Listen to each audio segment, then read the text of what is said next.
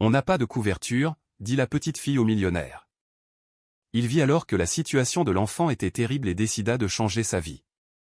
La chaleur précoce de mars pesait sur la route départementale qui traversait le cœur de la vallée de la Loire lorsque Nicolas Bernard décida de faire une halte qui changerait son existence à jamais. À 52 ans, cet entrepreneur prospère conduisait son Citroën C5 Aircross sur la route reliant Tours à Amboise, revenant d'une autre réunion aussi couronnée de succès qu'ennuyeuse à Tours. Sa chaîne de magasins de matériaux de construction florissait en périphérie de la ville, mais cet après-midi-là, une soif insistante le poussa à faire un détour vers une aire de repos à l'entrée d'Amboise. Nicolas se gara près de la boulangerie artisanale qui servait de point de repère local et marcha vers l'entrée, ajustant le nœud de sa cravate qu'il portait même lors de ses déplacements d'affaires. Cet homme grand, aux cheveux grisonnants bien coupés et aux yeux bleus toujours à l'affût des opportunités, remarqua immédiatement que quelque chose clochait. Contre le mur latéral de la boulangerie, presque dissimulé derrière des cartons vides, une petite silhouette dormait recroquevillée sur un morceau de carton sale. C'était une enfant, une petite fille d'environ 4 ans aux cheveux châtains en bataille et aux vêtements qui avaient dû être blancs un jour, mais qui portaient désormais les marques de plusieurs jours sans soin. Ses bras maigres serraient un petit chien bâtard au pelage caramel, qui dormait lui aussi, protégeant instinctivement sa petite compagne humaine. Nicolas s'arrêta brusquement. Ses années d'expérience dans les affaires lui avaient permis de développer une capacité à évaluer rapidement les situations, mais cette scène le laissa totalement déconcerté. Il regarda autour de lui, cherchant un adulte responsable, une explication logique à cette situation absurde. Il ne trouva que l'agitation normale d'une zone commerciale de province. Des camionneurs faisant une pause, des familles mangeant sur le pouce, la vie suivant son cours normal alors qu'une enfant dormait abandonnée à quelques mètres de là. « Excuse-moi, dit-il doucement, s'accroupissant à une distance respectueuse. « Petite ?» L'enfant ouvrit lentement les yeux. Ils étaient grands, marrons comme du chocolat, et portait une tristesse qui ne devrait pas exister chez quelqu'un d'aussi jeune. Elle se recroquevilla davantage, serrant le chien contre sa petite poitrine. « Je ne vais pas te faire de mal, » continua Nicolas, gardant une voix basse et apaisante. « Comment t'appelles-tu » « Manon, » chuchota-t-elle, la voix rauque comme si elle n'avait pas parlé depuis longtemps. « Et lui, c'est Filou. » Le chien leva la tête, évaluant l'étranger avec des yeux astucieux, mais resta calme aux côtés de la fillette. Nicolas remarqua qu'ils semblaient tous deux amaigris, épuisés, comme s'ils portaient un poids invisible bien plus lourd que leur petit corps. « Manon, où sont tes parents ? Ta famille ?» demanda-t-il, sentant une oppression grandissante dans sa poitrine. « Tante Monique est partie, » répondit Manon, ses yeux se remplissant de larmes qu'elle tentait de retenir. « Elle a dit qu'elle reviendrait, mais ça fait longtemps. Filou et moi on attend, mais il fait très froid la nuit et on n'a pas de couverture. » Nicolas sentit comme si quelqu'un venait de serrer son cœur dans un étau. 3 jours. Une enfant de 4 ans était seule depuis 3 jours, dormant dehors avec pour seule compagnie et protection un chien. Il regarda de nouveau autour de lui, cherchant cette fois quelqu'un de la boulangerie, quelqu'un qui aurait pu remarquer la situation. « Personne ne t'a demandé si tu avais besoin d'aide » questionna-t-il, incrédule. Manon secoua la tête. Les gens passent, regardent, mais ne s'arrêtent pas. Filou aboie quand quelqu'un s'approche trop. Il me protège. L'explication simple de l'enfant frappa Nicolas avec une force inattendue. Il avait bâti un empire basé sur des calculs, des stratégies et des décisions rationnelles. Mais à cet instant, toutes ses compétences d'entrepreneur semblaient inutiles face à une situation qui exigeait simplement une humanité élémentaire. « Vous avez faim » demanda-t-il, bien que la réponse fût évidente vu leur apparence. Manon hocha timidement la tête. Nicolas se leva et lui tendit la main. « On va aller chercher à manger et ensuite on va régler cette situation, d'accord ?» La petite hésita un instant, regardant Filou comme pour demander conseil au petit animal. Le chien remua la queue une fois, un mouvement presque imperceptible qui sembla être toute l'approbation dont elle avait besoin. À l'intérieur de la boulangerie, Nicolas acheta une baguette, des croissants, des crêpes et demanda un bol en plastique pour l'eau du chien. L'employé, un jeune homme à l'expression ennuyée, ne sembla même pas remarquer l'incongruité de voir un homme d'affaires bien habillé acheter de la nourriture pour une enfant visiblement abandonnée. Pendant que Manon et Filou mangeaient voracement sur l'une des tables extérieures, Nicolas passa quelques appels. D'abord à Valérie, sa femme, expliquant qu'il rentrerait tard à cause d'un imprévu. Ensuite au numéro d'urgence des services sociaux d'Amboise, où une opératrice somnolente lui indiqua qu'il n'y avait personne de disponible avant le lendemain. Manon, dit-il en s'asseyant sur la chaise en plastique à côté d'elle. Je dois t'emmener dans un endroit sûr pour ce soir. Il y a un hôpital ici en ville où ils pourront bien s'occuper de toi. La fillette s'arrêta de manger et le regarda avec une panique soudaine dans les yeux. Et Philou? Il ne peut pas rester tout seul, il n'a que moi. Philou vient avec nous, promit Nicolas, surpris par la facilité avec laquelle il fit cette promesse. Je ne vais pas vous séparer. Sur le chemin de l'hôpital, Manon chantonna à voix basse une mélodie qui fit piler Nicolas.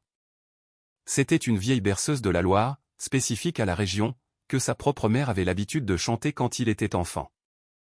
Une chanson que très peu de gens connaissaient, transmise seulement oralement parmi les familles les plus anciennes de la région. « Où as-tu appris cette chanson » demanda-t-il, le cœur battant.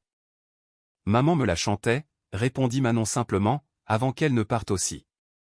Nicolas gara alors son Citroën sur le parking de l'hôpital avec plus de questions que de réponses, une enfant qu'il venait de rencontrer sur le siège arrière et la sensation troublante que cette rencontre n'avait rien d'un hasard. L'hôpital d'Amboise fonctionnait au ralenti durant la soirée, mais l'arrivée de Nicolas avec Manon et Philou causa un petit remue-ménage à l'accueil. L'infirmière de garde, une femme d'âge mûr, tenta initialement d'interdire l'entrée du chien, mais l'expression décidée de Nicolas et les pleurs discrets de Manon la firent reconsidérer sa position. « C'est une situation exceptionnelle », expliqua Nicolas, montrant ses papiers d'identité et ses cartes de crédit comme garantie. L'enfant a été abandonné et l'animal est son unique lien de sécurité. Le docteur Henri Almeida, pédiatre de garde, était un homme d'une quarantaine d'années avec suffisamment d'expérience pour reconnaître les cas délicats. En examinant Manon, il trouva des signes évidents de déshydratation et de malnutrition, mais rien qui n'indiquât de maltraitance physique directe. La petite était effrayée, mais coopérative, répondant aux questions médicales avec une maturité troublante pour son âge. Elle n'a pas mangé correctement depuis au moins 3 jours, informa le médecin à Nicolas après l'examen. Physiquement, elle récupérera bien avec de l'hydratation et des repas réguliers, mais j'ai besoin de lui poser quelques questions sur la façon dont elle est arrivée jusqu'à vous. Nicolas raconta les événements de l'après-midi, depuis la découverte de Manon près de la boulangerie jusqu'à la décision de l'amener à l'hôpital. Le médecin prit des notes soigneuses, particulièrement quand Nicolas mentionna que l'enfant parlait d'une tante Monique qui était partie. Des cas comme celui-ci nécessitent l'intervention des services sociaux, expliqua le docteur Almeida. Mais vu l'heure, nous garderons l'enfant en observation jusqu'à demain. Vous pouvez rester avec elle si vous le souhaitez. Pendant que Manon recevait une perfusion et se reposait dans un lit pédiatrique, Philou dormait recroquevillé dans un panier improvisé au sol. Nicolas s'installa dans le fauteuil à côté, incapable de se détendre complètement. Il y avait quelque chose dans l'histoire de Manon qui l'inquiétait, des pièces qui ne s'emboîtaient pas correctement. Vers 4 heures du matin, quand l'hôpital était le plus silencieux, Manon se réveilla en sursaut. « Où est tante Monique » demanda-t-elle, désorientée par le changement d'environnement. « Tu te souviens de moi ? Je suis Nicolas. Tu es en sécurité maintenant, dit-il en s'approchant du lit. Peux-tu m'en dire plus sur ta tante Monique, Manon ? Elle frotta ses petits yeux et regarda Philou, qui avait levé la tête en entendant sa voix. Elle était très fatiguée, elle dormait beaucoup pendant la journée et parfois elle oubliait de faire à manger. Elle a dit qu'elle allait chercher un médicament et m'a demandé d'attendre avec Philou près de la boulangerie.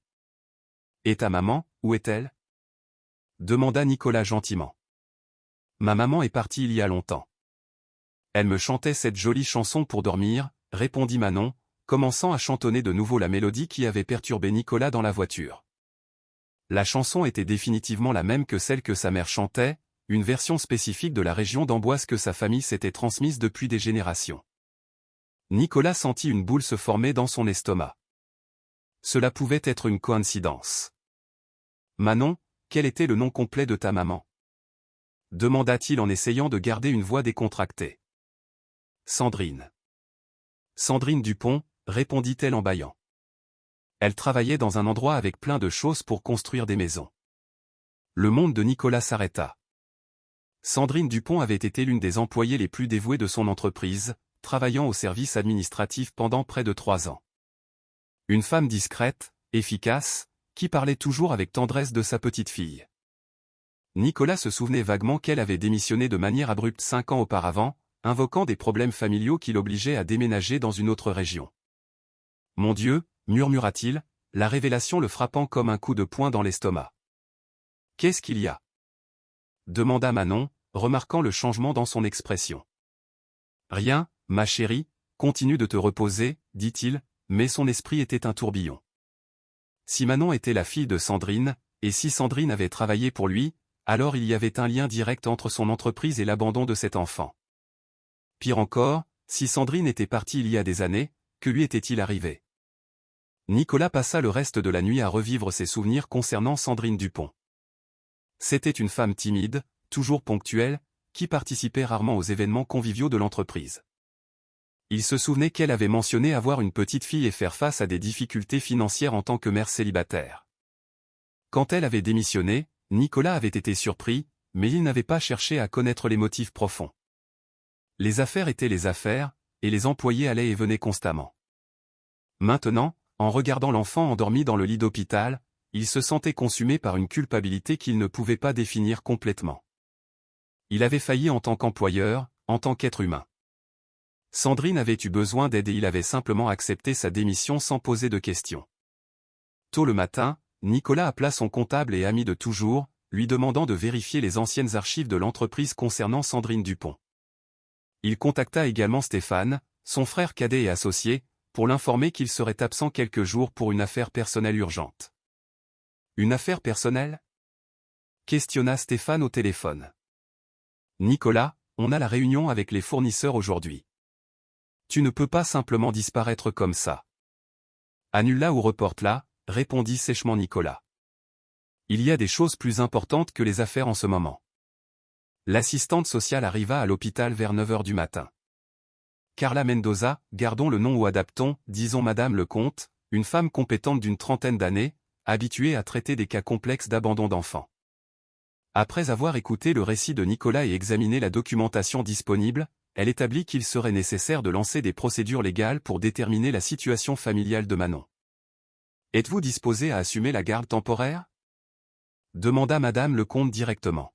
« Des cas comme celui-ci peuvent prendre des semaines à se résoudre et nous avons besoin d'un foyer temporaire adéquat. » Nicolas hésita un instant. Valérie ne savait rien de cette situation, si ce n'est qu'il avait eu un retard durant son voyage. Comment expliquerait-il qu'il envisageait de ramener une enfant inconnue à la maison? Comment justifierait-il une décision aussi impulsive? « Oui, » répondit-il finalement. « J'assume la responsabilité temporaire. » Pendant que l'assistante sociale préparait les documents nécessaires, Nicolas observa Manon jouant avec Philou près du petit aquarium de l'hôpital. L'enfant avait retrouvé un peu de couleur sur les joues après une nuit d'hydratation adéquate, pour la première fois depuis qu'il l'avait trouvée, elle semblait détendue. « Manon, l'appela-t-il. Aimerais-tu rester dans ma maison quelques jours pendant qu'on cherche ta famille? Et Philou peut venir aussi? Demanda-t-elle immédiatement. Philou vient avec nous, confirma-t-il, scellant un engagement qui changerait complètement le cours de sa vie organisée et prévisible.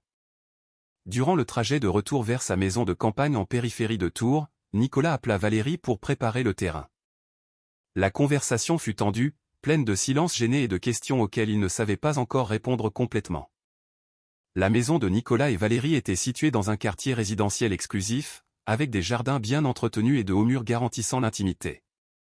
Quand le Citroën C5 Aircross se gara dans l'allée, Valérie Bernard l'attendait déjà sur le pas de la porte de la cuisine, les bras croisés et une expression que Nicolas connaissait bien après 25 ans de mariage. Valérie, à 47 ans, conservait l'élégance naturelle qui avait conquis Nicolas dans sa jeunesse. Ses cheveux blonds toujours impeccables et ses vêtements soigneusement choisis reflétaient une vie organisée, contrôlée, où les imprévus n'étaient pas les bienvenus. Quand elle vit son mari sortir de la voiture suivi d'une petite fille et d'un chien bâtard, son visage se durcit visiblement. « Nicolas, qu'est-ce que ça signifie ?» demanda-t-elle sans bouger de la porte. « Valérie, voici Manon, » dit-il en posant une main protectrice sur l'épaule de l'enfant. « Et voici Philou. Ils vont rester avec nous quelques jours. » Quelques jours? La voix de Valérie monta d'une octave. « Tu disparais. Tu m'appelles pour dire que tu vas être en retard et maintenant tu débarques avec une enfant. Nicolas, es-tu devenu fou ?» Manon se cacha derrière Nicolas, intimidée par l'hostilité dans la voix de la femme. Philou grogna doucement, un son presque imperceptible qui démontrait sa loyauté envers la petite. Parlons à l'intérieur, dit Nicolas avec fermeté. Manon, et si toi et Philou attendiez dans le salon? Il y a la télévision là-bas. Pendant que Manon s'installait timidement sur le canapé du salon, accompagnée par Philou qui ne s'éloignait pas d'un mètre d'elle, Nicolas et Valérie s'affrontèrent dans la cuisine. La conversation qui suivit fut intense, chargée de 25 ans de frustration non résolue. Comment as-tu pu prendre une telle décision sans me consulter? Questionna Valérie, ses yeux bleus brillants de colère. Ramener une enfant inconnue chez nous, assumer des responsabilités qui ne sont pas les nôtres. C'est la fille de Sandrine Dupont, expliqua Nicolas. Tu te souviens de Sandrine? Elle a travaillé dans l'entreprise pendant 3 ans. Et alors? Ça ne nous rend pas responsables de tous les orphelins du monde, Nicolas. Orphelin. Nicolas sentit un frisson. Comment sais-tu qu'elle est orpheline? Valérie marqua une pause, réalisant qu'elle en avait révélé plus qu'elle ne le voulait. C'est évident, non? Si l'enfant est abandonné. Nicolas étudia le visage de sa femme, notant des signes de nervosité qu'elle tentait de dissimuler. Valérie, que sais-tu sur Sandrine Dupont que je ne sais pas? Rien, répondit-elle rapidement en détournant le regard. Juste que c'est typique de toi d'assumer des responsabilités inutiles quand tu te sens coupable de quelque chose. L'accusation frappa Nicolas de plein fouet, mais elle apporta aussi une révélation troublante. Comment Valérie pouvait-elle savoir qu'il se sentait coupable alors que lui-même avait à peine assimilé ce sentiment? À cet instant, une petite voix vint du salon. Je peux utiliser les toilettes? Valérie soupira lourdement et marcha vers le salon où elle trouva Manon debout près du canapé, clairement mal à l'aise. C'est par là, dit-elle en indiquant le couloir, son ton encore froid, mais moins hostile. Merci, madame, répondit Manon poliment. Une politesse qui surprit Valérie. Pendant que Manon était aux toilettes, Philou resta en alerte dans le salon, ses yeux attentifs suivant chaque mouvement de Valérie. Le chien semblait évaluer si elle représentait une menace pour sa petite protégée.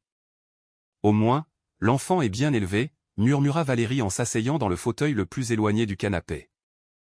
Elle a un nom, corrigea Nicolas, et elle a passé 3 jours abandonnée devant une boulangerie. Un peu de compassion ne ferait pas de mal. De la compassion? Valérie rit amèrement. Nicolas, as-tu une idée d'à quel point c'est difficile pour moi d'avoir une enfant dans cette maison? La question portait un poids émotionnel que Nicolas reconnaissait, mais qu'ils avaient évité de discuter ouvertement depuis longtemps. Durant les premières années de leur mariage, ils avaient tenté de concevoir sans succès, consultation médicale, traitement, espoir frustré. Tout cela avait créé une blessure profonde qui n'avait jamais complètement cicatrisé. Valérie, je comprends que c'est difficile, mais... Non. Tu ne comprends pas, l'interrompit-elle, les larmes commençant à se former dans ses yeux. Pendant des années, notre maison a été pleine de chambres vides, de berceaux qui n'ont jamais servi, d'espoirs qui ne se sont jamais réalisés. J'ai construit une vie où j'ai réussi à accepter que nous ne serions jamais parents. Et maintenant, tu débarques simplement avec une petite fille et tu attends que je... Manon revint silencieusement du salon, mais s'arrêta dans le couloir en entendant la conversation. Nicolas la vit en premier et fit un geste pour qu'elle approche, mais l'enfant hésita, percevant la tension dans l'air. Madame, dit Manon à voix basse, s'adressant à Valérie. Je ne veux pas déranger. Si vous ne voulez pas que je reste ici, c'est bon. Philou et moi, on peut retourner à la boulangerie. La simplicité dévastatrice de l'offre de Manon frappa Valérie comme la foudre. L'enfant n'exigeait rien, ne créait pas de drame, elle offrait simplement de retourner à une situation d'abandon pour ne pas causer de problème à des adultes qu'elle connaissait à peine. Valérie regarda la petite fille maigre qui tenait la main de Nicolas avec une confiance qu'elle-même n'avait jamais ressentie en tenant la main d'un enfant. Quelque chose bougea dans sa poitrine, une émotion qu'elle avait enterrée il y a longtemps. Non, dit-elle finalement, sa voix plus douce. On ne va pas te mettre dehors. Tu peux rester pour l'instant. Le soulagement sur le visage de Manon fut immédiat et authentique. Merci, madame. Je promets d'être très sage. Appelle-moi tante Valérie, dit-elle, se surprenant elle-même par cette offre. Durant le reste de la journée, la maison s'ajusta lentement à la présence de Manon et Philou. Nicolas improvisa un endroit pour que le chien dorme dans la buanderie, tandis que Manon resterait dans la chambre d'amis. Valérie garda ses distances, observant de loin comment l'enfant interagissait avec une prudence respectueuse avec tout ce qui l'entourait. Le soir, durant le dîner, un bœuf bourguignon accompagné d'un verre de vin rouge pour les adultes, Manon mangea en silence, essayant clairement de ne pas déranger. Ce fut alors qu'elle commenta nonchalamment, « Tante Monique a dit que ma maman aimait beaucoup son patron. Elle disait que c'était un homme bon, qui prenait bien soin de ses employés. » Nicolas manqua de s'étouffer avec sa nourriture. « Ta maman parlait de son patron ? » Oui, elle en parlait. Elle disait qu'il avait de beaux cheveux comme de l'argent et des yeux bleus, et qu'il lui demandait toujours si elle avait besoin de quelque chose. Manon regarda Nicolas avec curiosité. « Toi aussi tu as des yeux bleus et des cheveux argentés. » Le silence qui suivit fut lourd. Valérie regarda son mari avec une expression mêlant surprise et une suspicion grandissante. « Manon, dit Nicolas avec précaution. Ta maman n'a jamais mentionné pourquoi elle a quitté son travail ? » L'enfant réfléchit un instant. Tante Monique a dit qu'elle est devenue très triste parce que quelqu'un à son travail s'est fait très mal. Après ça, elle ne pouvait plus travailler là-bas. Nicolas sentit son sang se glacer dans ses veines. 5 ans auparavant, un accident s'était produit dans l'entreprise. Un employé était tombé d'un échafaudage à cause d'un équipement de sécurité défectueux. L'homme avait survécu, mais avait gardé des séquelles permanentes. Nicolas se souvenait que Sandrine avait semblé très affectée à ce moment-là, mais il n'avait jamais relié son départ à cet événement. Quel accident c'était ? Demanda Valérie, notant la pâleur soudaine de son mari. Ce n'est pas important maintenant, répondit-il rapidement, mais son esprit tournait à toute vitesse. Si Sandrine était partie à cause de l'accident et si elle était morte des années plus tard, laissant Manon orpheline. Alors il y avait bien plus dans cette histoire que ce qu'il avait imaginé initialement. Et pire encore, peut-être y avait-il des responsabilités qu'il avait négligées pendant des années. La première semaine avec Manon dans la maison révéla des aspects de la vie familiale que Nicolas et Valérie n'avaient jamais imaginés. La petite se réveillait tôt, toujours silencieuse, et attendait patiemment que les adultes se lèvent. Philou restait constamment à ses côtés, comme un gardien fidèle qui ne relâchait jamais complètement sa vigilance. Nicolas avait demandé un congé temporaire au travail, alléguant des affaires personnelles urgentes. Stéphane avait protesté énergiquement, surtout parce que des contrats importants dépendaient de la présence de son frère aîné. Mais Nicolas resta ferme sur sa décision. Mon comptable a obtenu les dossiers de Sandrine Dupont, informa-t-il Valérie pendant le petit déjeuner alors que Manon jouait dans le jardin avec Philou. Il y a des incohérences dans les documents qui me préoccupent. Quel genre d'incohérence ? Demanda Valérie en servant plus de café à son mari. L'adresse qu'elle a fournie quand elle a été embauchée n'existe pas. Le téléphone d'urgence était toujours hors service. Et il y a un vide de 2 ans dans son historique professionnel avant de commencer à travailler avec nous. Valérie observa Manon à travers la fenêtre de la cuisine. La petite avait trouvé quelques fleurs dans le jardin et faisait de petits bouquets, parlant à voix basse avec Philou, comme s'il était son confident le plus proche. Elle est très calme pour une enfant de 4 ans, observa Valérie. Hier, je l'ai trouvée en train de faire son propre lit. Quel enfant de cet âge fait ça ? Une enfant qui a appris à s'occuper d'elle-même très tôt, répondit Nicolas avec tristesse. L'après-midi, alors que Nicolas était allé à l'entreprise pour régler des affaires urgentes, Valérie resta seule avec Manon pour la première fois. Initialement mal à l'aise avec cette responsabilité, elle tenta de garder ses distances, n'offrant qu'une supervision de base. Mais quelque chose d'inattendu se produisit quand Manon s'approcha d'elle dans la cuisine. « Tante Valérie, je peux t'aider à faire quelque chose ?» demanda la petite, ses grands yeux fixés sur le visage de la femme. « Aider à quoi ?» questionna Valérie, sincèrement surprise. « N'importe quoi.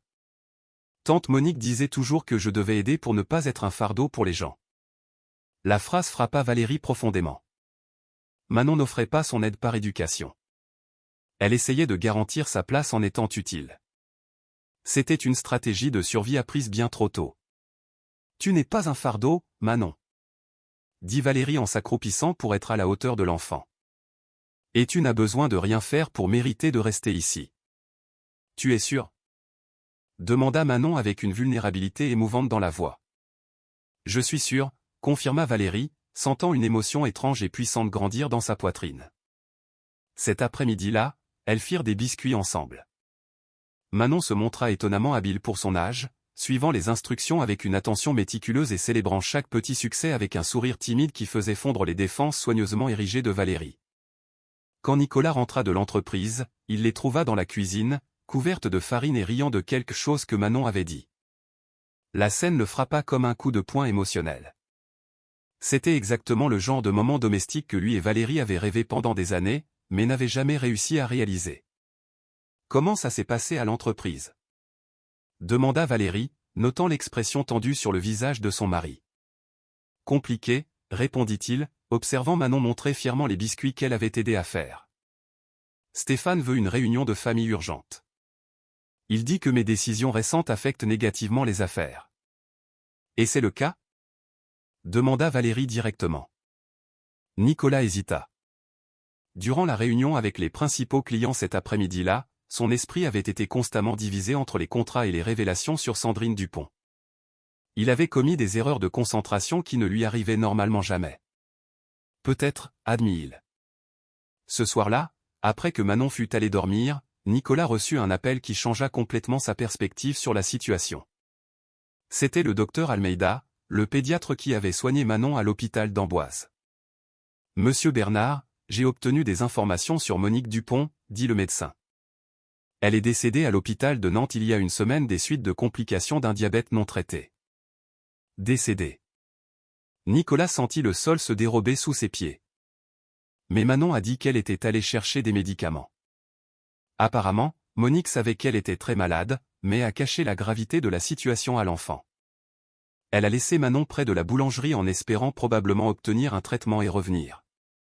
Malheureusement, elle est arrivée à l'hôpital dans un état critique et n'a pas survécu. La réalité de la situation frappa Nicolas de plein fouet. Manon n'était pas temporairement abandonnée, elle était véritablement orpheline. Monique avait tenté de la protéger jusqu'au dernier moment, mais avait échoué. Il y a autre chose, continua le médecin.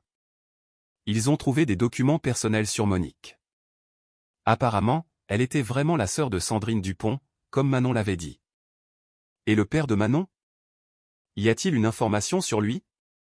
Demanda Nicolas, bien qu'il se doutât de la réponse. Aucune information officielle.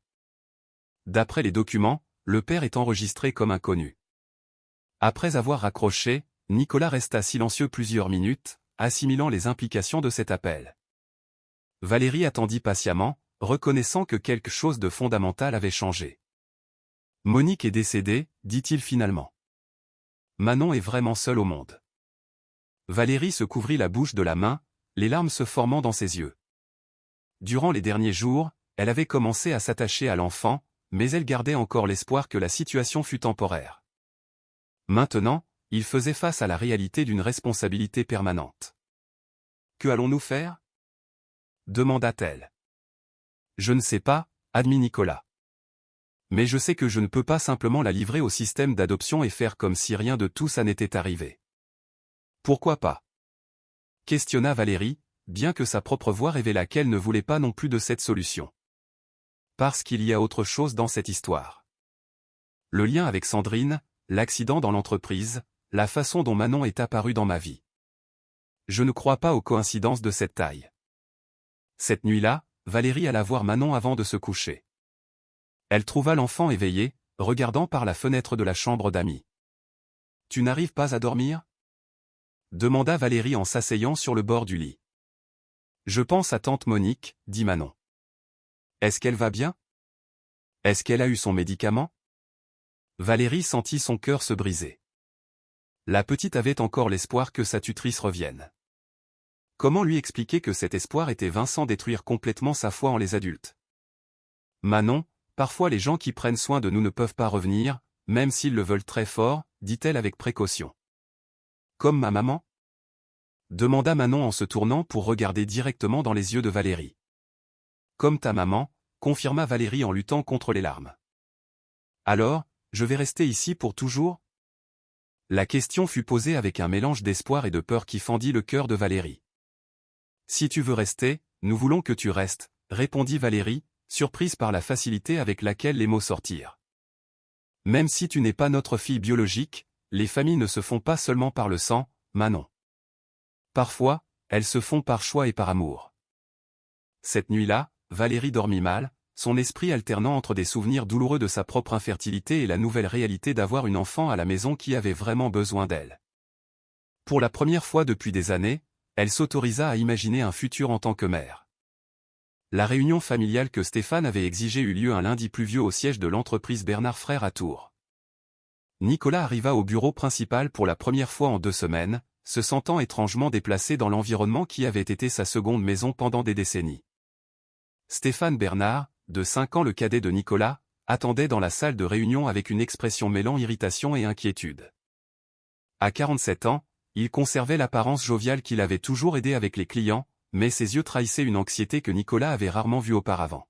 « Enfin tu te montres », dit Stéphane en fermant la porte derrière son frère. « Nicolas, on doit parler sérieusement de ce qui t'arrive. »« À quoi tu fais référence ?» demanda Nicolas, s'asseyant de l'autre côté de la table en acajou qui ornait la pièce. « Je veux dire que tu as disparu de l'entreprise sans explication valable. Tu as annulé des réunions importantes et, d'après notre comptable, tu fouilles dans les dossiers d'anciens employés. Les clients commencent à demander s'il y a un problème de gestion. » Nicolas observa son frère attentivement. Il connaissait Stéphane depuis sa naissance. Il avait été son protecteur durant l'enfance, son mentor dans les affaires. Mais quelque chose dans la posture défensive de Stéphane l'alerta qu'il y aurait plus dans cette conversation que de simples soucis entrepreneuriaux. « Les dossiers que j'examine sont ceux de Sandrine Dupont, » dit Nicolas directement. « Tu te souviens d'elle » Le visage de Stéphane se figea, presque imperceptiblement. « Vaguement. Une employée administrative qui est partie il y a quelques années, c'est ça ? Elle est partie peu après l'accident d'Antoine Ferreira, » continua Nicolas, observant attentivement les réactions de son frère. « L'employé qui est tombé de l'échafaudage à cause d'un équipement de sécurité défectueux. » Nicolas, pourquoi tu remues ça ? C'était un accident, l'enquête a été faite par les autorités compétentes. Il n'y a eu aucune faute de l'entreprise. Aucune faute officielle, corrigea Nicolas. Mais le comptable a trouvé des incohérences dans les rapports de l'époque. Des équipements qui auraient dû être remplacés des semaines avant l'accident, mais qui ne l'ont pas été. Des fournisseurs qui ont proposé du matériel moins cher en échange de certaines facilités. Le silence qui suivit fut tendu. Stéphane se leva et marcha vers la fenêtre, observant la pluie qui tombait sur la cour de l'entreprise. « Nicolas, tu es en train d'insinuer qu'il y a une négligence intentionnelle. Je demande si tu sais quelque chose sur cette situation que j'ignore. » Stéphane se retourna brusquement. « Bien sûr que non. Pourquoi je saurais quelque chose ? Parce que c'était toi le responsable des contrats avec les fournisseurs à cette époque. Parce que c'est toi qui as signé les rapports approuvant les équipements de sécurité. Et parce que Sandrine travaillait directement avec toi sur la partie administrative de ces contrats. » La tension dans la pièce devint presque physique. Stéphane revint à la table, ses mains tremblant légèrement alors qu'il feuilletait des papiers inutilement. « Nicolas, même s'il y a eu quelques raccourcis à l'époque, c'était il y a 5 ans. Pourquoi ça compte maintenant ? » Parce que Sandrine Dupont avait une fille, dit Nicolas, sa voix basse mais ferme. Une enfant qui s'est retrouvée orpheline et abandonnée à cause d'une chaîne d'événements qui pourrait avoir commencé par des négligences de notre entreprise. Une fille ? Stéphane sembla sincèrement surpris. Sandrine n'a jamais mentionné avoir d'enfant. Elle l'a mentionné plusieurs fois. Tu n'as simplement pas prêté attention. À ce moment, la porte de la salle s'ouvrit et Christine, la secrétaire de direction, entra avec une expression inquiète. « Excusez-moi de vous interrompre, mais il y a une personne ici qui insiste pour parler à monsieur Nicolas. Elle dit que c'est à propos de Sandrine Dupont. » Nicolas et Stéphane se regardèrent. « Faites-la entrer, » dit Nicolas. La femme qui entra dans la salle avait environ 50 ans, les cheveux gris tirés en un chignon sévère et des vêtements simples mais propres. Ses mains calleuses indiquaient une vie de travail manuel et ses yeux portaient une détermination qui impressionna immédiatement. « Je m'appelle Sylvie Dupont, » dit-elle en s'adressant directement à Nicolas. « J'étais la belle-sœur de Monique Dupont. J'ai su que vous vous occupez de la fille de ma belle-sœur Sandrine. »« Comment l'avez-vous su ?» demanda Nicolas, surpris. Amboise est une petite ville. Les nouvelles vont vite, surtout quand elles impliquent des enfants orphelins et des entrepreneurs riches. Stéphane se leva, clairement mal à l'aise avec la présence de la femme. Peut-être vaudrait-il mieux continuer cette conversation à un autre moment. Non, dit Sylvie avec fermeté. Je suis venue ici parce que j'ai des droits légaux sur Manon. Je suis la parente la plus proche qu'elle est maintenant. Le cœur de Nicolas se glaça. Des droits légaux. Sandrine était mariée à mon frère Paul avant qu'il ne décède, continua Sylvie. Cela fait de moi la tante légitime de Manon. Et contrairement à vous, je connais la vérité sur ce qui est arrivé à Sandrine. Quelle vérité ? Demanda Nicolas, bien qu'une partie de lui craignît la réponse. Sylvie regarda directement Stéphane avant de répondre.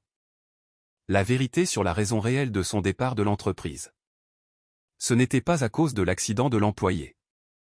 C'était parce qu'elle a découvert que quelqu'un ici recevait de l'argent des fournisseurs pour approuver des équipements défectueux, et quand elle a menacé de dénoncer, elle a été licenciée sous la pression. C'est un mensonge, dit Stéphane rapidement. Sandrine a démissionné volontairement. On a forcé Sandrine à partir, corrigea Sylvie, et ensuite elle a été menacée pour qu'elle garde le silence sur ce qu'elle savait. La pression psychologique a été telle qu'elle a développé une dépression sévère. C'est pour ça qu'elle a laissé Manon à Monique et qu'elle a disparu. Nicolas sentit le sol disparaître sous ses pieds. Menacée par qui ? Sylvie regarda de nouveau Stéphane. Par quelqu'un qui avait beaucoup à perdre si le schéma de corruption était découvert. Je ne vais pas écouter davantage ces accusations infondées, dit Stéphane en se dirigeant vers la porte. Nicolas, quand tu décideras de revenir à la réalité et d'arrêter d'écouter des opportunistes, préviens-moi. Après le départ de Stéphane, Sylvie s'assit sur la chaise qu'il avait occupée. J'ai des documents, dit-elle. Des lettres que Sandrine a écrites à Monique détaillant ce qui se passait, des preuves qu'elle a essayé de faire des signalements formels, mais qu'on l'en a empêché. Pourquoi me racontez-vous ça ? Demanda Nicolas. Parce que je veux que le responsable de la destruction de ma famille paie pour ce qu'il a fait. Et parce que Manon mérite de savoir la vérité sur ce qui est arrivé à sa mère. Et si je parviens à garantir la justice pour Sandrine, renoncerez-vous à réclamer la garde de Manon ? Sylvie l'étudia un long moment. Ça dépend. Est-ce que vous tenez vraiment à elle ou est-ce juste une façon de soulager votre culpabilité ? La question toucha Nicolas au plus profond de son âme. Durant les 2 dernières semaines, il s'était interrogé sur ses motivations à plusieurs reprises. Agissait-il par affection sincère pour Manon ou essayait-il simplement de compenser des failles professionnelles et personnelles du passé ? Je ne sais pas, admit-il honnêtement. Mais je sais qu'elle mérite une famille qu'il aime inconditionnellement et je sais que je ne permettrai pas que les injustices du passé continuent de détruire des vies innocentes. Sylvie hocha lentement la tête. Alors, peut-être pouvons-nous travailler ensemble. Mais j'ai besoin de garanties réelles que Manon sera protégée et aimée, pas juste gardée par culpabilité ou obligation. Cet après-midi-là, alors qu'il conduisait sous la pluie persistante pour rentrer chez lui, Nicolas assimilait les révélations dévastatrices. Son propre frère avait possiblement détruit la vie de Sandrine Dupont et indirectement créé les circonstances qui avaient mené à l'abandon de Manon. L'entreprise qu'il avait bâtie avec tant de fierté était fondée sur la corruption et la négligence. Quand il arriva à la maison, il trouva Valérie et Manon dans la cuisine en train de préparer le dîner ensemble. La scène domestique, qui aurait dû être réconfortante, portait maintenant le poids de toutes les découvertes de la journée. Le dîner se déroula dans un silence tendu. Nicolas remuait la nourriture dans son assiette sans appétit, son esprit encore occupé par les révélations de la rencontre avec Sylvie Dupont. Valérie se rendait compte que quelque chose de grave s'était produit, mais attendait le moment approprié pour en parler. Manon, avec sa sensibilité d'enfant aiguisée par des mois d'incertitude, notait le changement dans l'atmosphère. « Tonton Nicolas, tu es triste ?» demanda-t-elle en interrompant le silence. Nicolas leva les yeux et croisa le regard inquiet de la petite. Même à 4 ans, elle démontrait une capacité de perception émotionnelle qui le surprenait constamment. « Je pense juste à certaines choses du travail, » répondit-il en essayant de sourire. Ma maman devenait triste quand elle pensait au travail aussi, commenta Manon nonchalamment en retournant son attention vers son assiette. Elle disait que des gens méchants faisaient des choses méchantes là-bas. Les mots de Manon frappèrent Nicolas comme des flèches. Même une enfant de 4 ans avait perçu que Sandrine était affectée par des problèmes au travail. Comment lui, en tant que patron, avait-il été si aveugle à la souffrance de son employé ? Après avoir couché Manon, Nicolas et Valérie eurent enfin la conversation qui était en suspens depuis son arrivée. Dans le salon, avec seulement une lampe allumée créant une ambiance intime, il raconta les événements de la journée, depuis la confrontation avec Stéphane jusqu'à la rencontre avec Sylvie Dupont. « Nicolas, c'est très grave, dit Valérie quand il eut terminé. Si les accusations de Sylvie sont vraies, Stéphane n'a pas seulement détruit la vie de Sandrine, mais il a aussi mis en danger la sécurité d'autres employés. Je sais. Et le pire, c'est que j'étais l'associé majoritaire. C'était ma responsabilité de superviser ces opérations. Tu ne peux pas te blâmer de ne pas avoir su pour une corruption qui t'était délibérément cachée. Si, je peux, répondit Nicolas amèrement.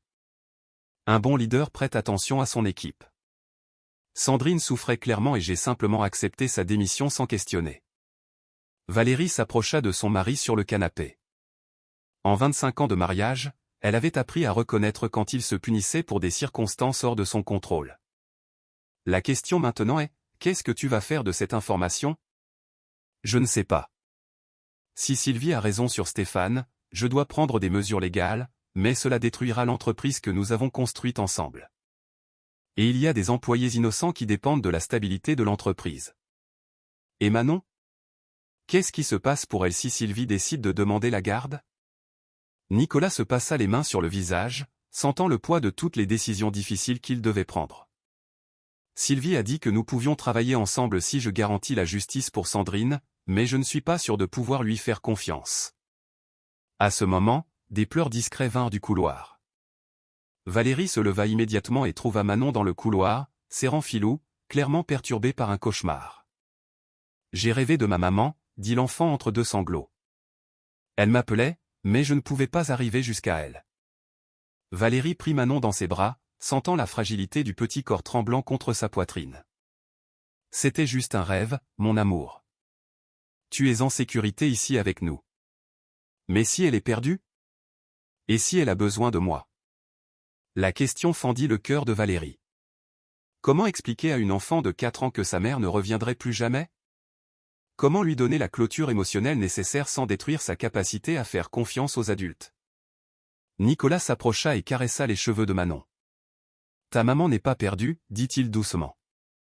Elle est dans un endroit où elle ne ressent plus ni douleur ni tristesse, et elle veut que tu sois heureuse et en sécurité. »« Comment tu le sais ?» demanda Manon, ses grands yeux fixés sur le visage de Nicolas. « Parce que j'ai connu ta maman. Elle me parlait de toi avec beaucoup de fierté. Elle disait que tu étais courageuse et intelligente, et qu'elle voulait que tu aies une vie pleine d'amour. » Pour la première fois depuis son arrivée dans la maison, Manon pleura ouvertement. Pas les pleurs silencieux et contenus qu'elle avait montrés auparavant, mais des pleurs libérateurs d'une enfant qui se sentait enfin suffisamment en sécurité pour exprimer sa douleur. Valérie et Nicolas se relayèrent pour la consoler, et graduellement, Manon se calma. Quand elle s'endormit finalement sur le canapé du salon entre les deux adultes, un moment de clarté frappa le couple. « Maintenant, c'est notre fille, dit Valérie à voix basse, regardant le visage serein de Manon endormie. « Oui, acquiesça Nicolas.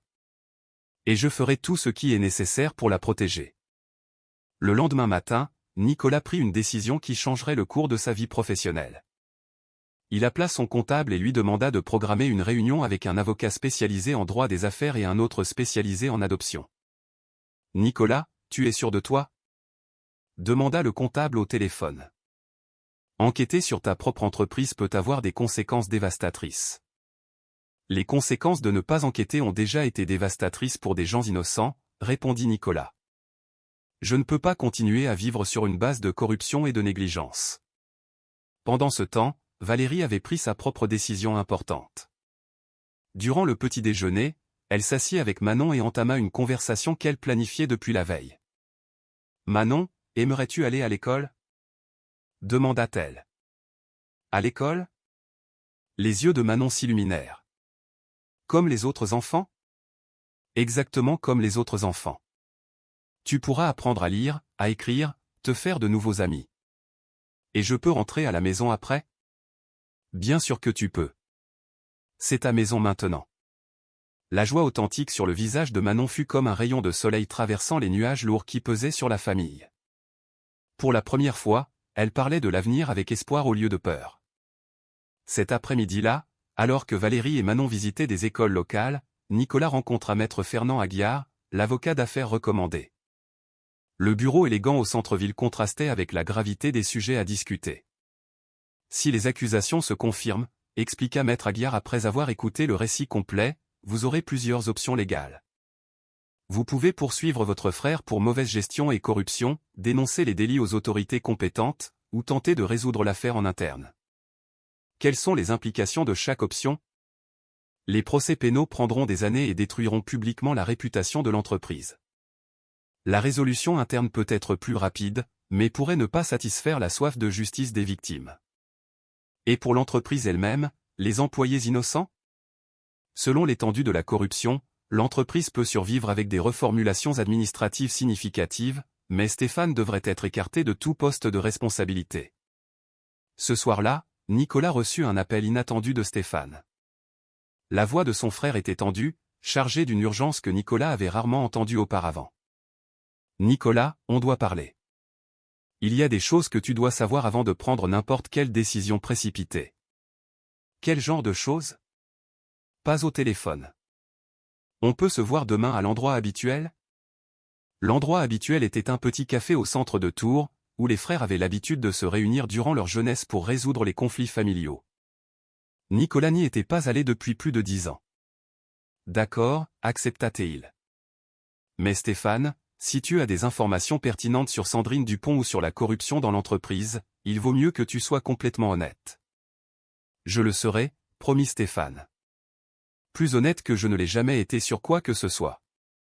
Après avoir raccroché, Nicolas resta à regarder par la fenêtre du salon où il pouvait voir Valérie et Manon jouer dans le jardin avec Philou. La scène de bonheur domestique était menacée par des secrets du passé qui n'avaient pas encore été complètement révélés. Le café central gardait la même décoration simple d'il y a des décennies, avec des tables en bois usé et l'arôme familier du café frais mélangé à l'odeur des viennoiseries. Nicolas arriva quelques minutes avant l'heure convenue et choisit une table au fond, loin des oreilles indiscrètes. Ses mains tremblaient légèrement alors qu'il remuait son café, anticipant la conversation qui pourrait détruire définitivement sa relation avec son frère. Stéphane entra exactement à l'heure, mais son apparence était radicalement différente. Ses cheveux, toujours impeccablement coiffés, étaient en désordre et des cernes sombres sous ses yeux suggéraient des nuits d'insomnie. Ses vêtements, bien qu'encore élégants, semblaient avoir été enfilés à la hâte. « Merci d'être venu », dit Stéphane en s'asseyant sur la chaise en face. Ses mains tremblaient aussi alors qu'il commandait un café à la serveuse. « Tu as dit que tu avais quelque chose d'important à me dire », dit Nicolas directement. Stéphane prit une grande inspiration, comme quelqu'un se préparant à plonger dans des eaux profondes et inconnues. « Nicolas, il y a 5 ans, j'ai commis des erreurs terribles, des erreurs qui ont détruit des vies et que je porte sur ma conscience tous les jours. » Quel genre d'erreur? Le schéma de corruption que Sylvie Dupont a mentionné a existé, et j'en étais le responsable. Nicolas sentit comme si on lui avait donné un coup de poing dans l'estomac. Même s'il soupçonnait les accusations, entendre la confession directe de son frère était dévastateur. Pourquoi, Stéphane? Notre entreprise prospérait. Nous n'avions pas besoin de raccourcis illégaux. Parce que j'avais des dettes, admit Stéphane en évitant le regard de son frère. Des dettes de jeu que tu n'as jamais su exister. Les créanciers me menaçaient et j'avais besoin d'argent rapidement. Des dettes de jeu. Nicolas se recula dans sa chaise, choqué. Stéphane, tu n'as jamais montré d'intérêt pour les jeux de hasard. Parce que je le cachais à tout le monde, surtout à toi. Ça a commencé comme un divertissement social, quelques parties de poker avec des clients importants. Puis sont venus les casinos clandestins, les paris en ligne, les promesses de gains faciles. Stéphane marqua une pause, ses mains se serrant en poing sur la table. En 2 ans, j'ai accumulé une dette de presque 500 000 €. Nicolas resta silencieux, assimilant l'ampleur de la confession. 500 000 € était une somme substantielle, même pour quelqu'un dans sa position financière. Et Sandrine a découvert le schéma.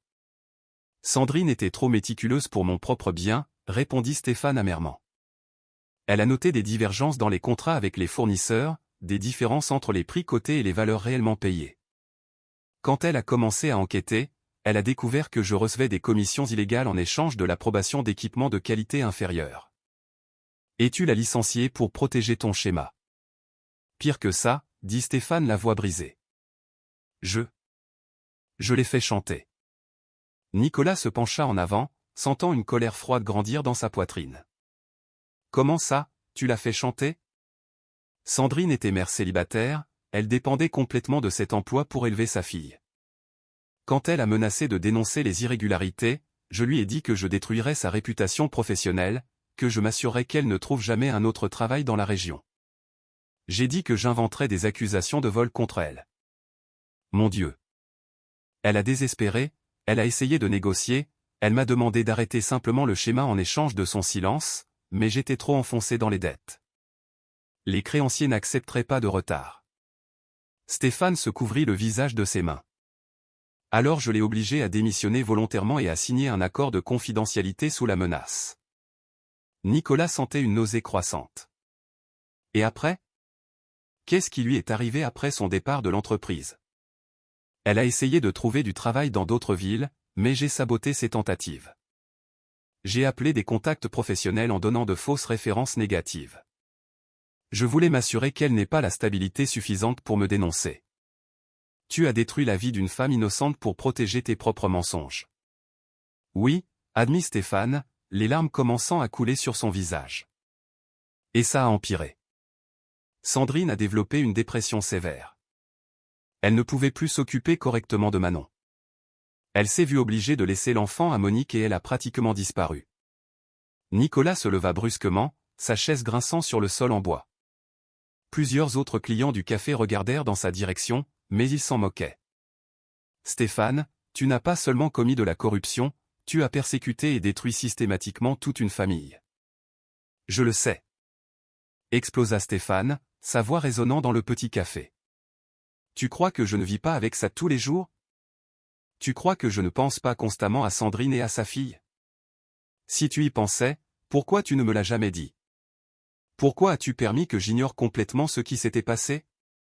Stéphane se leva aussi, affrontant son frère. Parce que j'avais peur.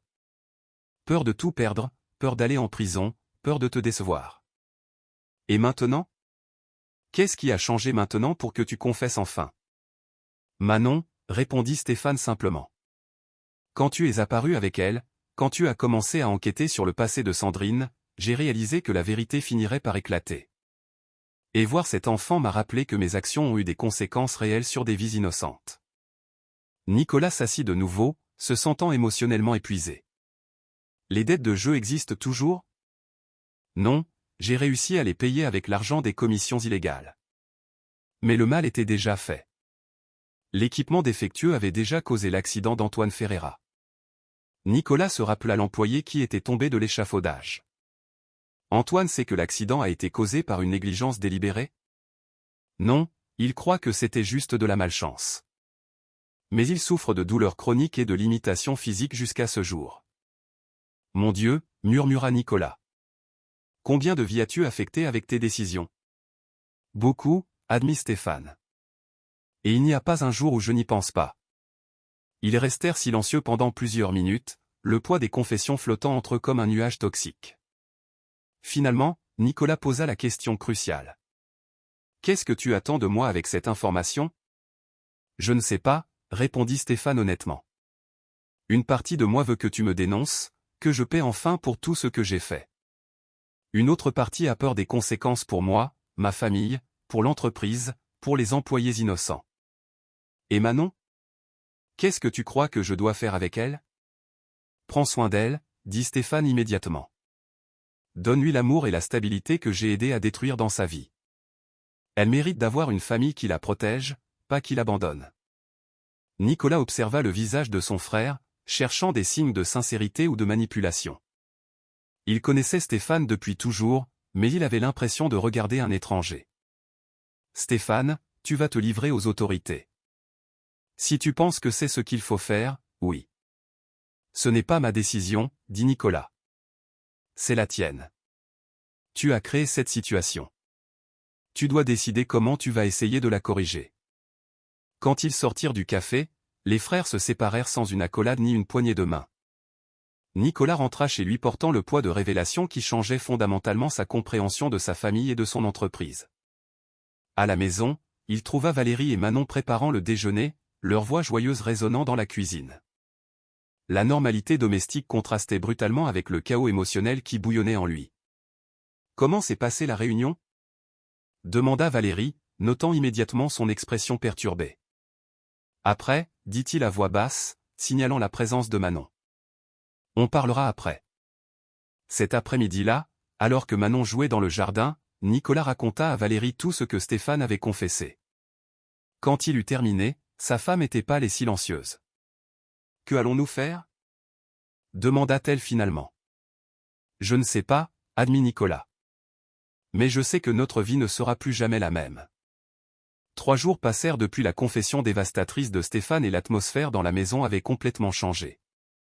Nicolas marchait dans les pièces comme un homme portant un poids invisible, alternant entre moments de colère et périodes de profonde tristesse.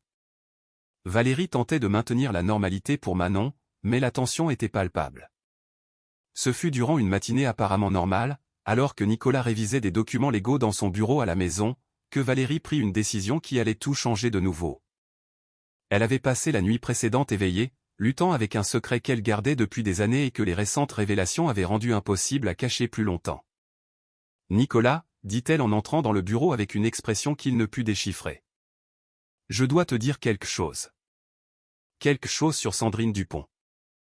Il leva les yeux des papiers, notant immédiatement qu'il y avait quelque chose de différent dans le ton de voix de sa femme. « Quoi sur Sandrine ?» Valérie ferma la porte derrière elle et s'assit sur la chaise face au bureau. Ses mains tremblaient visiblement. « Je connaissais Sandrine avant qu'elle ne travaille dans ton entreprise. » Les mots frappèrent Nicolas comme la foudre. « Comment ça, tu la connaissais ?» Nous fréquentions la même clinique de fertilité il y a 6 ans, dit Valérie en évitant le regard de son mari. Sandrine essayait de tomber enceinte seule par insémination artificielle. J'étais dans mon dernier traitement avant d'abandonner définitivement. Nicolas sentit comme si le monde avait cessé de tourner. Valérie, pourquoi tu ne m'as jamais raconté ça? Parce que c'était une période très douloureuse pour moi, répondit-elle, les larmes commençant à se former dans ses yeux. Connaître Sandrine m'a fait réaliser qu'elle avait le courage de chercher la maternité seule alors que j'échouais à avoir un enfant, même avec le soutien d'un mari aimant. Mais ça n'explique pas pourquoi tu n'as jamais mentionné que tu la connaissais quand elle a commencé à travailler dans l'entreprise. Valérie prit une grande inspiration, se préparant à une révélation encore plus grande. Parce que c'est moi qui ai recommandé Sandrine pour le poste dans ton entreprise. Le silence qui suivit fut assourdissant. Nicolas se recula dans sa chaise, essayant de traiter cette nouvelle couche de connexion qu'il n'avait pas imaginée. Tu as recommandé Sandrine pour travailler avec moi? Elle était désespérée pour trouver un emploi. Elle était enceinte, seule, sans perspective professionnelle. Durant une des consultations à la clinique, elle a mentionné qu'elle avait de l'expérience administrative, mais ne trouvait pas de travail. Je pensais que ce serait une façon de l'aider. Et il ne t'a jamais semblé pertinent de me dire qu'il y avait un lien personnel? Je voulais te le dire, dit Valérie la voix brisée. Mais plus le temps passait, plus ça devenait difficile. Et après qu'elle soit partie de l'entreprise de façon si abrupte, j'ai eu peur que tu soupçonnes que j'avais fait quelque chose de mal. Nicolas se leva et marcha vers la fenêtre, observant Manon jouer dans le jardin avec Philou. La petite apprenait des tours simples au chien, son rire clair résonnant dans le jardin. Valérie, tu te rends compte à quel point ça change tout? Si tu connaissais Sandrine personnellement, tu as dû remarquer quand elle a commencé à se sentir perturbée au travail. Oui, je l'ai remarqué, admit Valérie. Dans les dernières semaines avant qu'elle ne parte, Sandrine semblait terrifiée. J'ai essayé de lui parler 1 ou 2 fois. Mais elle insistait sur le fait que tout allait bien. Et tu n'as jamais pensé à m'alerter qu'une de nos employées souffrait manifestement? J'y ai pensé, mais... Valérie hésita, luttant avec des mots qui peinaient à sortir. Nicolas, je traversais ma propre crise à cette époque. Je venais de recevoir la nouvelle définitive que je ne pourrais jamais tomber enceinte naturellement et je traitais le deuil de la maternité que je n'aurais jamais. Voir Sandrine avec Manon bébé me causait une douleur émotionnelle que je pouvais à peine supporter. La confession toucha Nicolas profondément. Il se souvenait de cette période comme l'une des plus difficiles de leur mariage, quand Valérie s'était fermée émotionnellement et qu'il n'avait pas su comment l'aider. Alors tu as évité de t'impliquer dans la situation de Sandrine parce que ça te rappelait ta propre douleur. Oui, chuchota-t-elle. Et maintenant que je sais ce que Stéphane lui a fait, je me rends compte que mon omission a contribué à détruire la vie d'une femme que j'avais essayé d'aider. À cet instant, un coup léger à la porte interrompit la conversation. C'était Manon avec Philou à ses côtés, tous deux semblant avoir couru dans le jardin. « Tante Valérie, je peux avoir de l'eau » demanda sa voix joyeuse, contrastant drastiquement avec la tension dans le bureau. « Bien sûr, mon amour » répondit Valérie, séchant rapidement ses larmes. « Va dans la cuisine, j'arrive. » Mais Manon ne partit pas immédiatement. Au lieu de cela, elle regarda les deux adultes avec sa perception enfantine aiguë. « Vous vous disputez » demanda-t-elle avec une inquiétude sincère. « Non, mon amour, » dit Nicolas, s'accroupissant pour être à sa hauteur. « On discute juste de choses importantes d'adultes. »« C'est à propos de moi ?» La question fut directe, démontrant une maturité troublante pour ses 4 ans. Nicolas et Valérie échangèrent un regard. Comment expliquer à une enfant qu'elle était au centre de révélations qui affectaient de multiples générations ? C'est sur comment nous pouvons être la meilleure famille possible pour toi, dit Valérie, étant honnête dans les limites appropriées. Manon sembla accepter cette explication et sortit chercher de l'eau, mais non sans avoir donné un câlin spontané à chacun des adultes. Quand ils se retrouvèrent seuls à nouveau, Nicolas reprit la conversation avec une question qui le tourmentait. « Valérie, y a-t-il autre chose que tu ne m'aies pas dit sur Sandrine, sur Manon, sur n'importe quel aspect de cette situation ?» Valérie hésita un long moment avant de répondre. « Il y a une chose. Quand Sandrine a arrêté de venir aux consultations à la clinique, j'ai essayé de la contacter 1 ou 2 fois. J'ai laissé des messages sur son téléphone, mais je n'ai jamais obtenu de réponse. Et une des dernières fois que j'ai essayé d'appeler, une femme a décroché. Elle a dit qu'elle était Monique, la sœur de Sandrine, et que Sandrine n'était pas en état de répondre aux appels de gens du passé. » Monique a dit ça spécifiquement ? Gens du passé ? Elle l'a dit. Et quand j'ai demandé si Sandrine allait bien, elle a répondu que ma famille avait déjà causé assez de dégâts et elle a raccroché. Nicolas sentit un frisson parcourir son échine. « Ma famille. Monique savait que tu étais marié avec moi ? » Apparemment oui, bien que je n'ai jamais mentionné directement à Sandrine que tu étais mon mari durant nos rencontres à la clinique. Alors Sandrine a découvert le lien par elle-même. Elle a dû le découvrir. Peut-être a-t-elle noté mon nom de famille quand elle a commencé à travailler dans l'entreprise ou peut-être quelqu'un l'a mentionné. Une nouvelle et terrible possibilité vint à l'esprit de Nicolas. « Valérie, tu penses que Sandrine a pu penser que tu étais impliquée dans la persécution que Stéphane lui faisait subir ?» Le visage de Valérie pâlit complètement. « Mon Dieu, je n'avais jamais pensé à ça. Mais si elle a découvert que tu étais ma femme, et si Stéphane utilisait des informations de l'entreprise pour la saboter, elle a pu penser que nous étions complices, » compléta Nicolas. Une conspiration familiale contre elle. Le poids de cette possibilité s'installa entre eux comme un nuage toxique. Si Sandrine avait passé ces dernières années en croyant que toute la famille Bernard avait conspiré contre elle, sa douleur et son désespoir avaient dû être encore plus grands qu'il ne l'imaginait. « Nicolas, qu'est-ce qu'on va faire ?»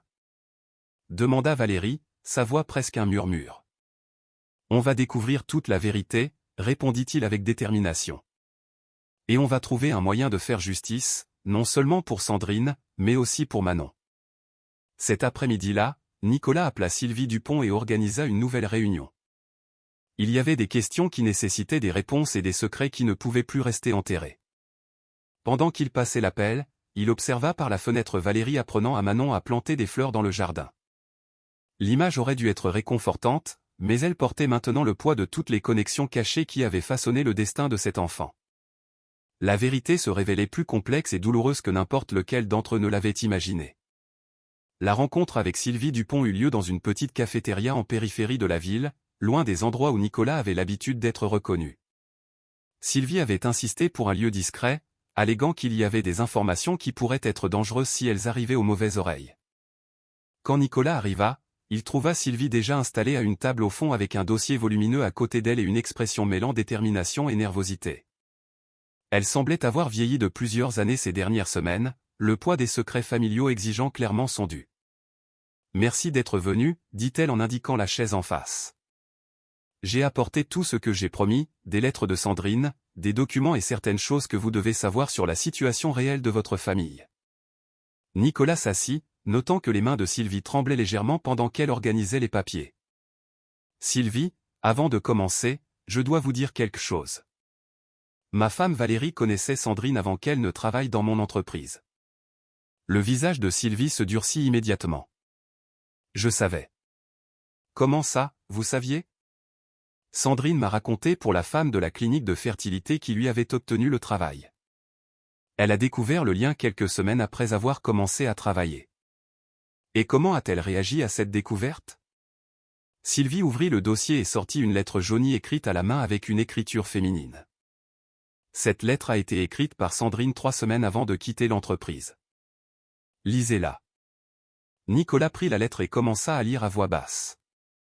Chère Monique, j'ai découvert aujourd'hui que la femme qui m'a aidé à obtenir cet emploi est mariée au propriétaire de l'entreprise, Valérie Bernard.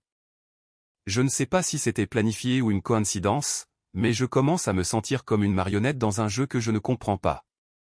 Stéphane a posé des questions étranges sur ma vie personnelle et aujourd'hui il a suggéré que je devrais être plus flexible avec certaines irrégularités que j'ai notées dans les contrats.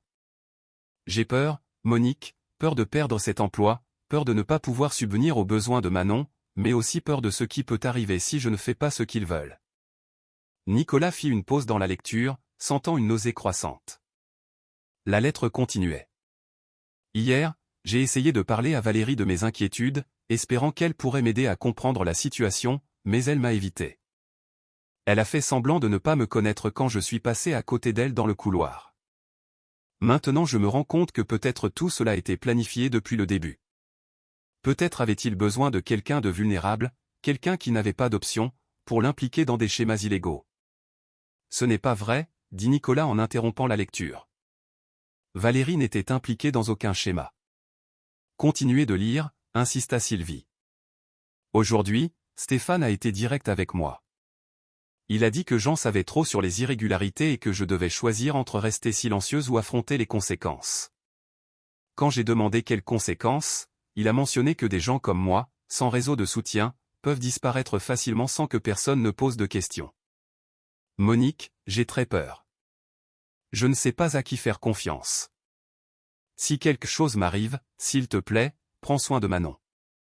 Elle est tout ce que j'ai de bon dans ce monde. Nicolas termina la lettre en silence, les mots de Sandrine résonnant dans son esprit. La femme était morte en croyant que toute sa famille avait conspiré contre elle. Sylvie, Stéphane a-t-il menacé physiquement Sandrine? Il ne l'a pas seulement menacée, répondit Sylvie en sortant un autre document du dossier. Il a engagé des gens pour l'intimider. Le document était un reçu de paiement à une entreprise de sécurité privée signé par Stéphane avec la vague description « Service de dissuasion personnelle ». Sandrine a été suivie. Elle a reçu des appels anonymes menaçants. Elle a retrouvé sa voiture vandalisée 1 ou 2 fois, expliqua Sylvie. Tout pour s'assurer qu'elle ne dénonce pas ce qu'elle savait. Nicolas se sentait physiquement malade. Pourquoi n'avez-vous pas porté cette information aux autorités avant? Parce que j'ai aussi été menacé, admit Sylvie. Après la disparition de Sandrine, j'ai reçu la visite de 2 hommes qui m'ont dit qu'il serait prudent d'oublier tout ce qu'elle aurait pu me raconter. Et vous avez cru que nous étions capables de vous faire du mal? Nicolas, quand on a peu d'argent, peu de pouvoir et qu'on voit des gens riches faire des menaces, on croit tout ce qui est nécessaire pour protéger sa famille. Sylvie sortit alors une enveloppe scellée du dossier. Mais il y a autre chose que vous devez savoir, quelque chose que même Sandrine ne savait pas complètement. Quoi? Sur le père de Manon. Nicolas se pencha en avant. Durant tout ce temps, il avait supposé que le père de Manon était inconnu ou avait abandonné Sandrine durant la grossesse. Sandrine est tombée enceinte par insémination artificielle, non? Donneur anonyme? Non, dit Sylvie en ouvrant l'enveloppe. Sandrine a menti là-dessus pour protéger tous les impliqués. À l'intérieur de l'enveloppe, il y avait des documents d'une clinique privée et une photo d'un homme jeune, brun, aux yeux aimables et au sourire familier. C'est Lucas Petit, dit Sylvie. Il travaillait comme vétérinaire dans une clinique ici en ville il y a 6 ans. Sandrine et lui se sont rencontrés quand elle a amené un chat blessé pour qu'il le soigne. Nicolas étudia la photo, sentant qu'il y avait quelque chose de familier dans le visage de l'homme. Et que s'est-il passé avec lui? Lucas était amoureux de Sandrine, mais elle était terrifiée par sa situation financière et émotionnelle. Quand elle a découvert qu'elle était enceinte, elle a paniqué. Lucas voulait l'épouser, assumer la responsabilité, mais Sandrine croyait qu'elle serait un fardeau pour lui. Alors elle a inventé l'histoire du donneur anonyme. Exactement.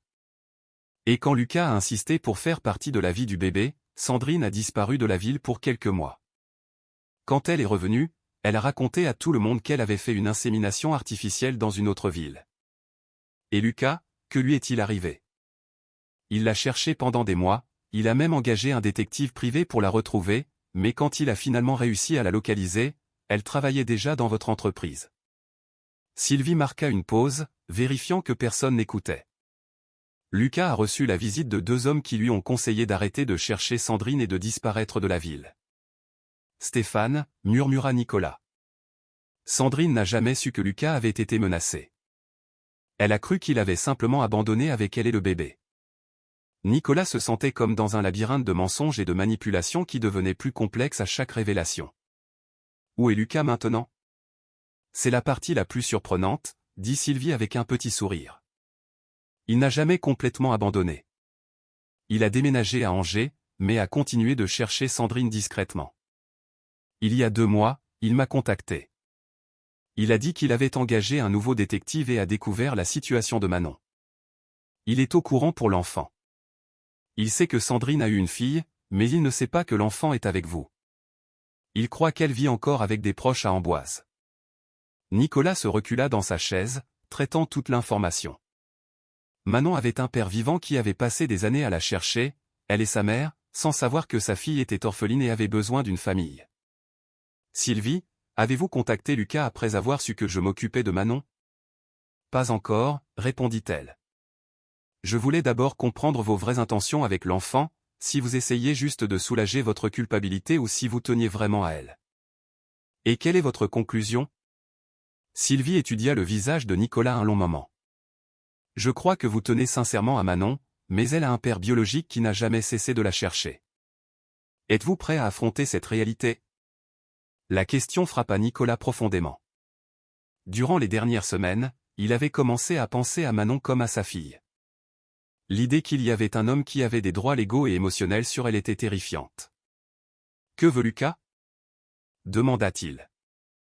Il veut connaître sa fille et essayer de rattraper le temps perdu, mais il veut aussi la justice pour Sandrine. La justice. Comment? Il veut que tous les responsables de la destruction de la vie de Sandrine paient pour leurs actions. Cela inclut votre frère et quiconque a été complice. Nicolas se rendit compte qu'il était à la croisée des chemins. Il pouvait continuer à lutter pour garder Manon, mais cela signifierait priver une enfant de connaître son père biologique, ou il pouvait faciliter les retrouvailles en courant le risque de perdre la petite qui avait changé sa vie. Quand Lucas prévoit-il de venir ici? Demanda-t-il. Il est déjà ici, répondit Sylvie. Il est arrivé hier soir et loge à l'hôtel du centre-ville. La rencontre avec Lucas Petit fut programmée pour le lendemain matin dans le même hôtel où il séjournait. Nicolas passa toute la nuit éveillé, alternant entre l'anxiété et une étrange sensation de soulagement. Finalement, toutes les pièces du puzzle s'emboîtaient, même si l'image finale n'était pas celle qu'il avait espérée. Lucas Petit attendait dans le hall de l'hôtel, exactement comme sur la photo que Sylvie avait montrée. Mais les années avaient ajouté quelques rides d'expression à son visage jovial. À 35 ans, il maintenait la posture assurée de quelqu'un qui avait reconstruit sa vie après l'adversité, mais ses yeux révélaient une vulnérabilité que Nicolas reconnut immédiatement. C'était la même expression qu'il voyait dans le miroir depuis qu'il avait trouvé Manon. « Monsieur Bernard ?» demanda Lucas en se levant d'un fauteuil dans le hall. « Je suis Lucas Petit. » La poignée de main fut ferme, mais pas hostile. Nicolas s'était attendu à une confrontation, des accusations, peut-être même de l'agressivité. Au lieu de cela, il trouva un homme qui semblait sincèrement reconnaissant de la rencontre. « Merci d'avoir accepté de me parler », dit Lucas alors qu'il se dirigeait vers un salon réservé de l'hôtel. « Je sais que cette situation est compliquée pour tout le monde. Lucas, avant tout, j'ai besoin que vous sachiez que Manon est une enfant extraordinaire, » dit Nicolas directement. « Elle a vécu des traumatismes significatifs, mais elle récupère bien dans notre maison. Sylvie m'a raconté les circonstances dans lesquelles vous l'avez trouvée, » répondit Lucas, la voix étranglée par l'émotion. « Et je vous suis éternellement reconnaissant d'avoir sauvé ma fille quand je n'ai pas pu être là pour la protéger. La réponse surprit Nicolas. Il s'était attendu à de la jalousie ou du ressentiment, pas de la gratitude. Vous ne saviez pas qu'elle avait besoin de protection, dit Nicolas. Les circonstances ont été complexes. Elles ont été criminelles, corrigea Lucas avec fermeté. Ce que votre frère a fait à Sandrine était criminel. Et ce qu'il m'a fait à moi aussi. Racontez-moi ce qui vous est arrivé. Lucas prit une grande inspiration, revivant clairement des souvenirs douloureux. Quand Sandrine a disparu durant la grossesse, j'ai désespéré. J'ai engagé un détective, mis des affiches dans la ville, offert une récompense pour des informations. J'étais prêt à assumer toute la responsabilité pour l'enfant et pour Sandrine. Et alors? Environ 6 mois plus tard, j'ai réussi à découvrir qu'elle était revenue et travaillait dans votre entreprise.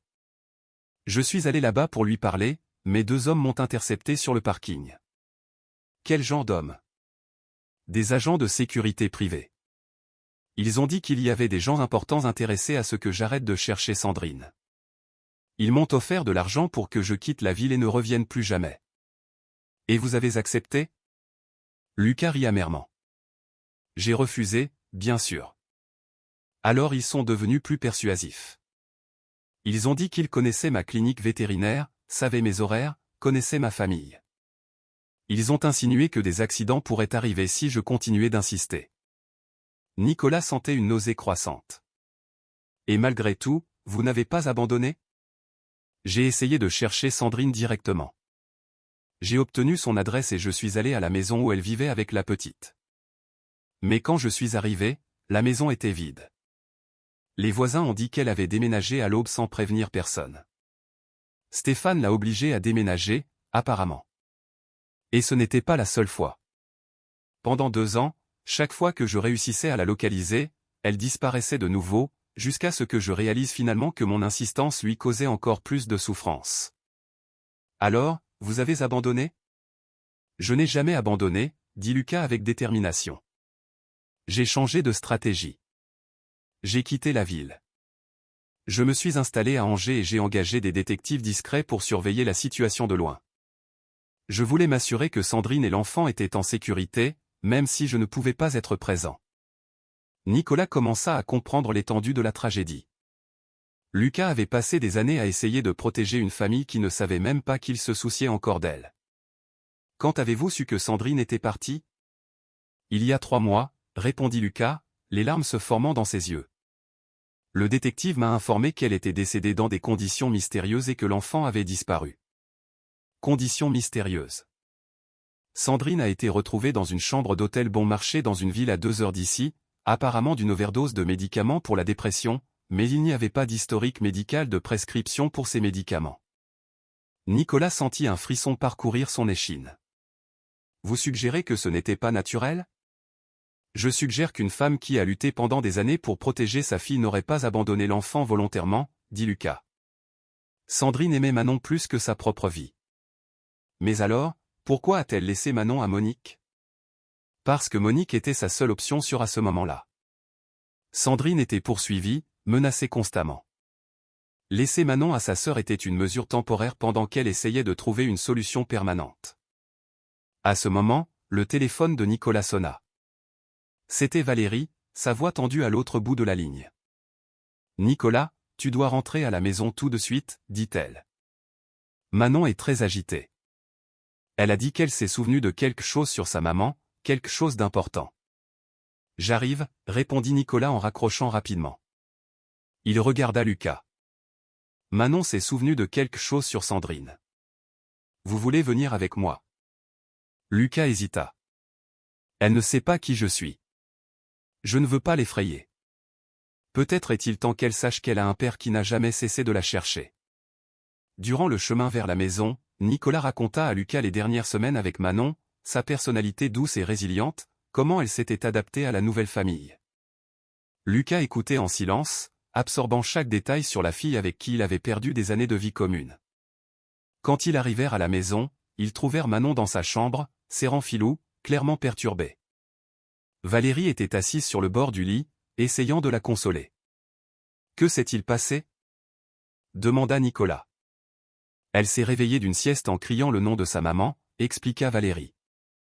Elle a dit qu'elle s'est souvenue d'une conversation qu'elle a entendue entre Sandrine et Monique la nuit avant que Sandrine ne parte.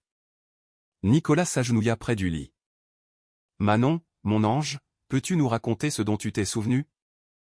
Maman pleurait, dit Manon d'une petite voix.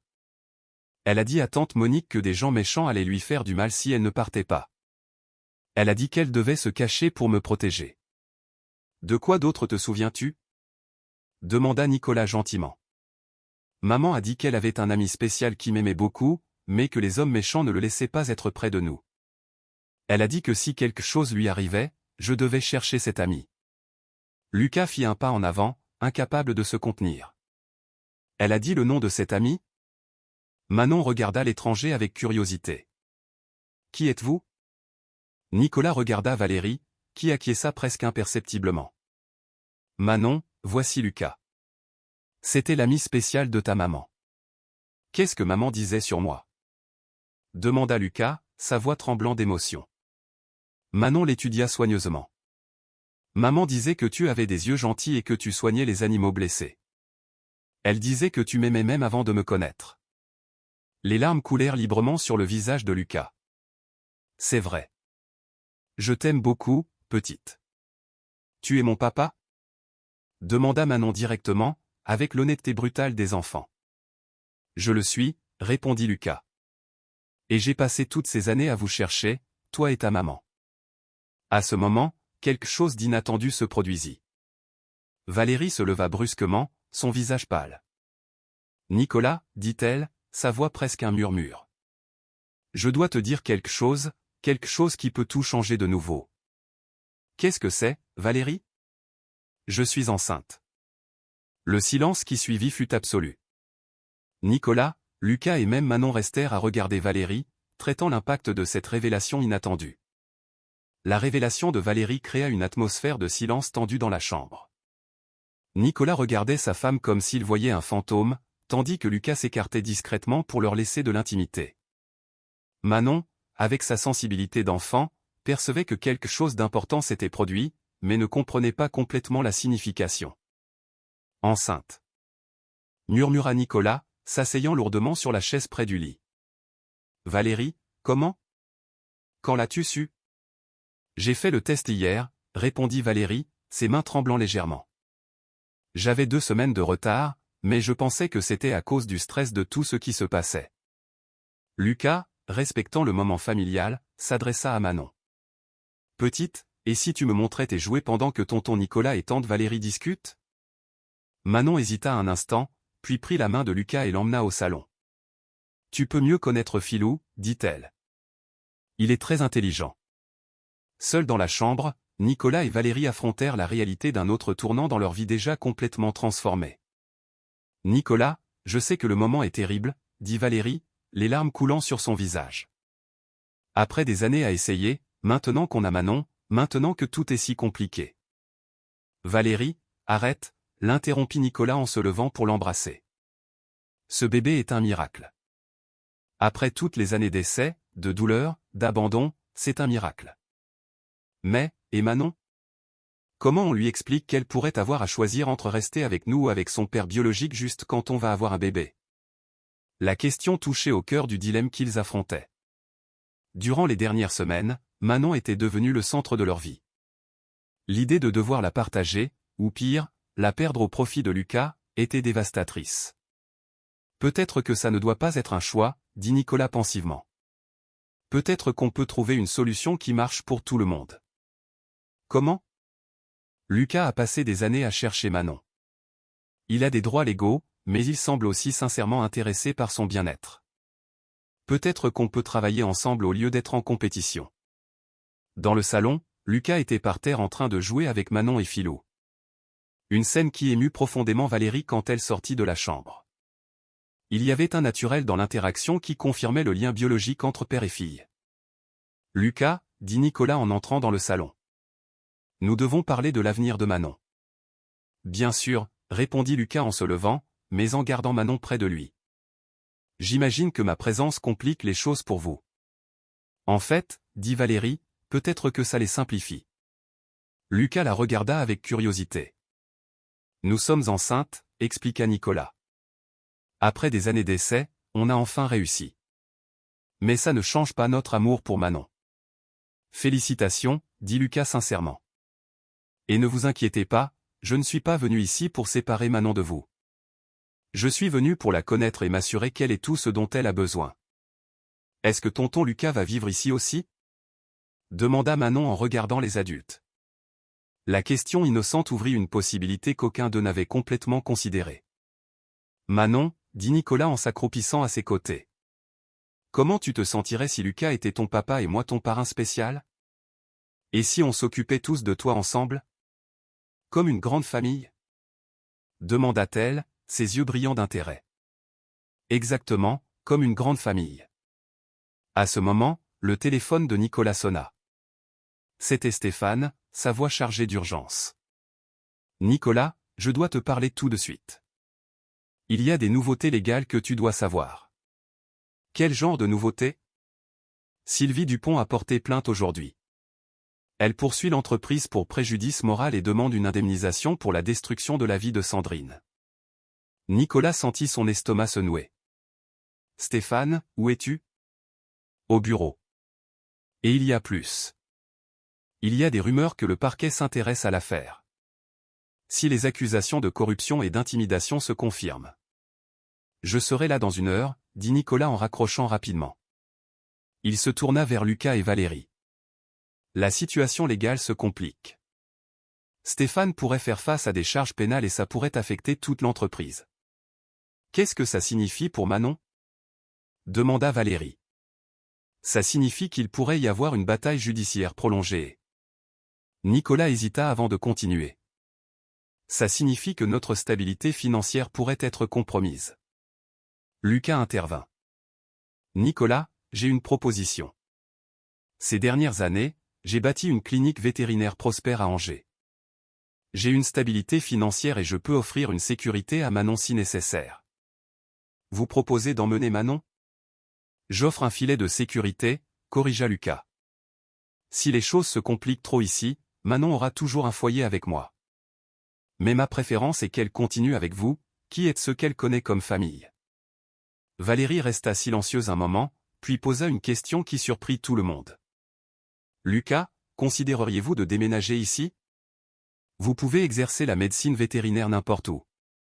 Manon est adaptée ici, elle a une routine, elle va commencer l'école. Et elle regarda Nicolas. Franchement, avec un bébé en route, on aurait bien besoin d'aide.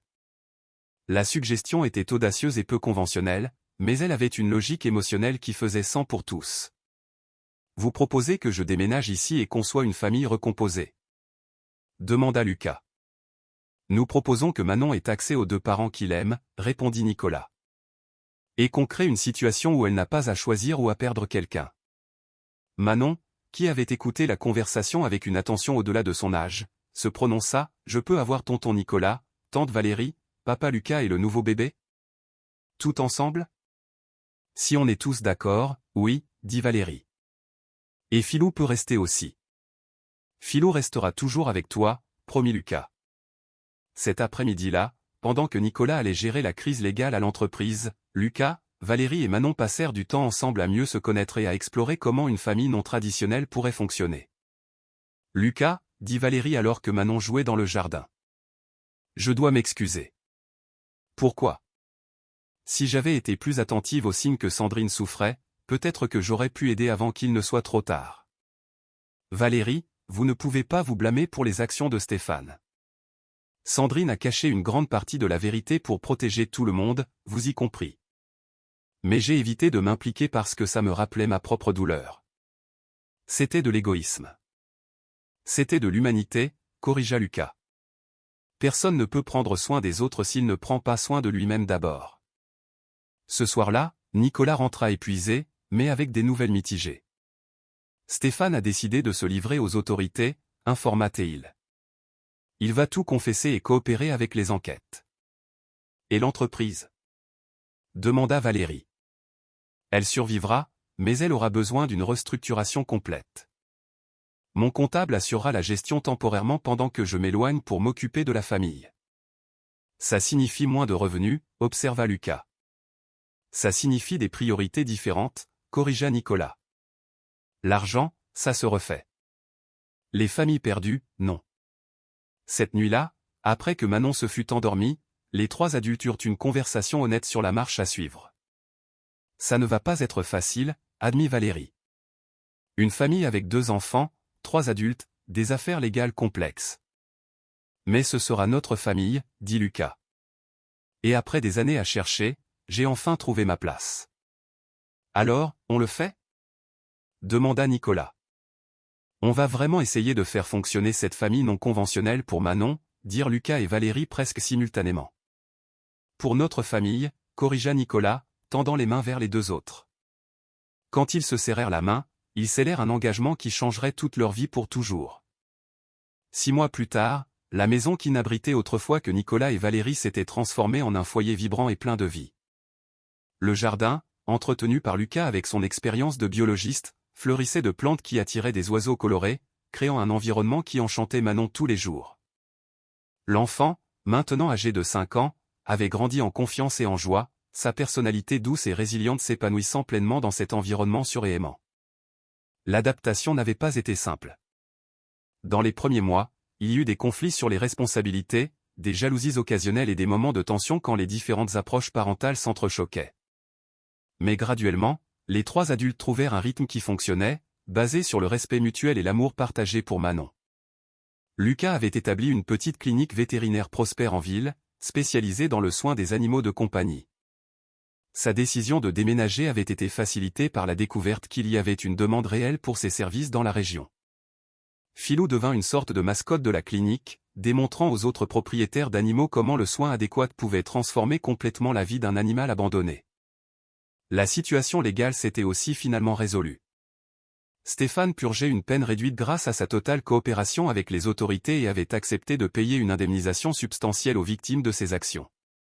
Une partie de cet argent fut destinée à un fonds éducatif pour Manon, garantissant que son éducation serait assurée indépendamment des fluctuations financières de la famille. L'entreprise Bernard Frères avait été restructurée complètement, mettant en place des protocoles rigoureux de transparence garantissant que les erreurs du passé ne se répéteraient jamais. Nicolas maintenait une participation minoritaire, mais s'était éloigné des opérations quotidiennes pour se concentrer sur la famille. En cette matinée de septembre, Valérie était dans son 8e mois de grossesse. Son ventre proéminent rendait certains mouvements difficiles, mais elle irradiait un bonheur qui illuminait toute la maison. Manon était devenue extrêmement protectrice du « petit frère » ou « petite sœur » dans le ventre, lui parlant tous les jours et choisissant des jouets qu'elle pensait qu'il ou elle aimerait. « Papa Lucas » dit Manon en courant vers la cuisine où il préparait le petit déjeuner. « Le bébé a donné un coup quand j'ai chanté. »« C'est parce qu'il reconnaît déjà ta voix, » répondit Lucas en la prenant dans ses bras.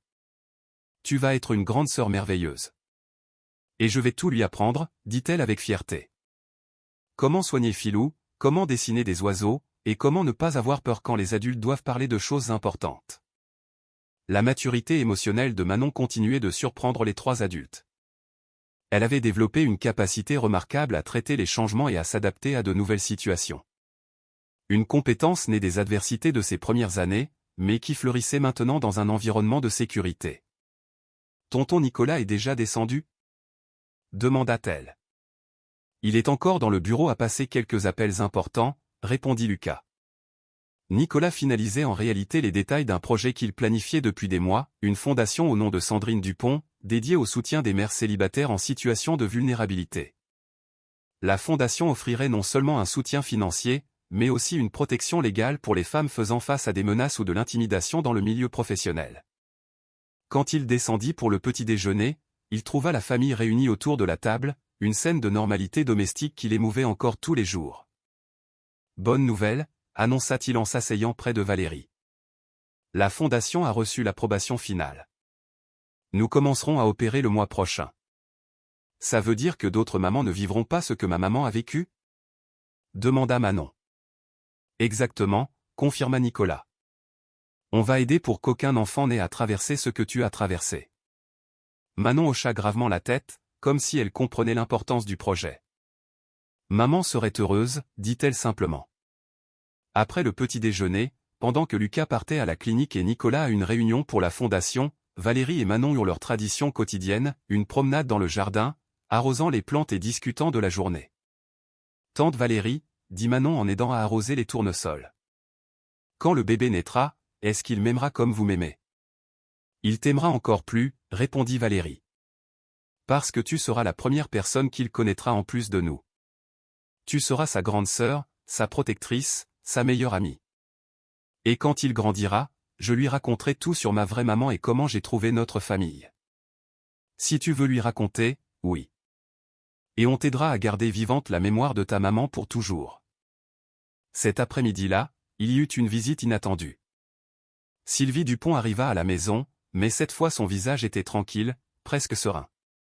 Il y avait longtemps qu'elle n'avait pas essayé de réclamer la garde de Manon, surtout après avoir vu comment l'enfant s'était épanoui dans l'environnement familial actuel.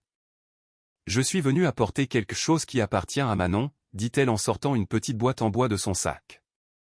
À l'intérieur de la boîte, il y avait quelques photos de Sandrine avec Manon bébé, une poupée de chiffon faite par Sandrine elle-même, et une lettre scellée avec la mention « Pour ma fille quand elle grandira ». Sandrine m'a donné ça avant. Avant de partir la dernière fois, expliqua Sylvie. Elle a dit que si quelque chose lui arrivait, je devais le remettre à Manon quand elle serait dans un foyer suréaimant. Manon tint la poupée de chiffon avec révérence, reconnaissant instantanément l'objet. « C'est Fleurette !» s'exclama-t-elle. « Maman me l'a faite quand j'étais toute petite. »« Tu veux qu'on lise la lettre de maman ?» demanda Valérie gentiment. Manon acquiesça, s'asseyant sur les genoux de Valérie pendant que Nicolas ouvrait soigneusement l'enveloppe. La lettre était écrite avec la même écriture féminine qu'il avait vue sur les documents que Sylvie lui avait montrés précédemment. « Ma chère Manon, si tu lis cette lettre, cela signifie que tu as trouvé une famille qui t'aime vraiment. J'ai toujours su que tu étais spéciale, que tu avais un cœur suffisamment grand pour aimer beaucoup de gens et être aimé par beaucoup aussi. Ne sois pas triste pour moi, ma fille. Sois heureuse parce que tu as réussi à trouver l'amour que j'ai toujours voulu te donner, mais que les circonstances ont parfois rendu difficile. Sois bonne, sois toujours courageuse et souviens-toi que tu portes le meilleur de moi, mais que tu as aussi l'espace pour créer ta propre histoire merveilleuse. Ton vrai père est un homme bon qui t'aime beaucoup et je suis sûr que quand vous vous retrouverez, ce sera magique. Et si tu as des frères ou des sœurs de cœur, aime-les comme j'aurais aimé t'aimer tous les jours. Avec tout l'amour du monde, maman. » Quand Nicolas termina de lire, il n'y avait pas d'yeux secs dans le salon. Même Sylvie pleurait silencieusement. « Maman savait que j'allais vous trouver, » dit Manon émerveillée. Elle savait que papa Lucas allait me trouver et que j'allais avoir une petite sœur. « Ta maman était très sage, » dit Lucas, qui était arrivé de la clinique au milieu de la lecture. Et elle avait raison sur tout. Cette nuit-là, après que Manon se fut endormie en serrant la poupée Fleurette, les trois adultes s'assirent sous le porche pour parler de l'avenir. Le bébé était prévu pour naître dans quelques semaines et ils voulaient s'assurer que tous les préparatifs étaient prêts. « Vous savez ce qui m'impressionne le plus ?» dit Valérie en caressant son ventre. « Comment Manon nous a tous transformés.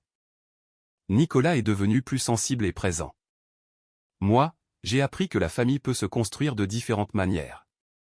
Et toi, Lucas, tu as démontré que l'amour véritable n'abandonne jamais. Et Manon ? Demanda Nicolas. Comment l'avons-nous transformée ? Nous ne l'avons pas transformée, répondit Lucas.